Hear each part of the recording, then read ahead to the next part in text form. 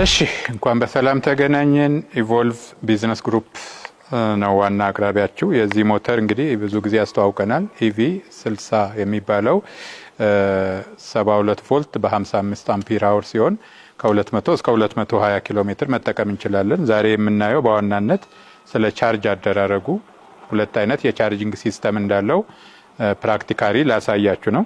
ይሄ እንደምታዩት የዚህ ባትሪ የዚህ ሞተር ላይ ያሉ ሁለት ባትሪዎችን ተራ በተራ ቻርጅ የምናደርግበት ቻርጀር ነው።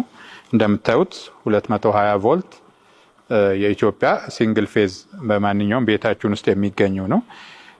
ይሄ ቻርጀር እንግዲህ መጀመሪያ የምንጠቀመው በማንኛውም ቤታችን ውስጥ ባለው ግድግዳ ሶኬት ይሆናል። እዚህ ጋር እንደምታዩት ባለ 3 ፒን ነው።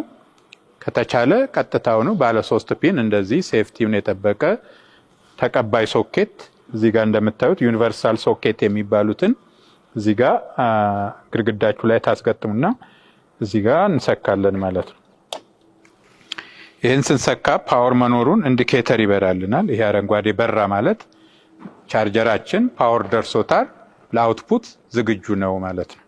ስለዚህ ቅድም እንደተነጋገርነው ይሄን ሞተር ሳይክል ባትሪ በሁለት ሲስተም ቻርጅ ማድረግ እንችላለን። የመጀመሪያው አንዱ ሲስተም እዚሁ ሞተር ሳይክላችን ላይ ቻርጅ ማድረግ የምንችልበት ፖርት የዚህ የቻርጀሩ አውትፑት እዚህ ጋር እንሰካለን።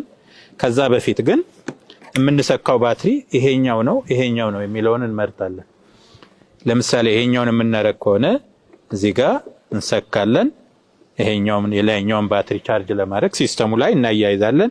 ቻርጀራችንን እናመጣና ደግሞ እዚህ ጋር እንሰካለን። አሁን በሰካነው መሰረት ቅድም ካየነው የአረንጓዴ ከለርነት ወደ ኦፕሬሽናል ቀይ ከለርነት ቻርጀራችን ይቀየራል ማለት ነው።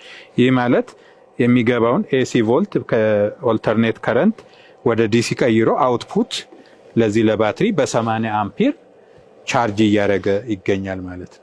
ይሄኛውን ከሞላ ይሄ ወይም አረንጓዴ ከበራ ወይም እዚህ ጋር ጌጅ ላይ የምናየውን 100% ከሞላልን ይሄንኑ አቋርጠን የሚቀጥለውን ባትሪ ደግሞ ይሄንን ከዚህ ጋር እናላቅቅና የሚቀጥለው ላይ ሰክተን እንደገና እሱንም ቻርጅ ማድረግ እንጀምራለን። የቅድሙኑ ሂደት እንደግማለን ማለት ነው።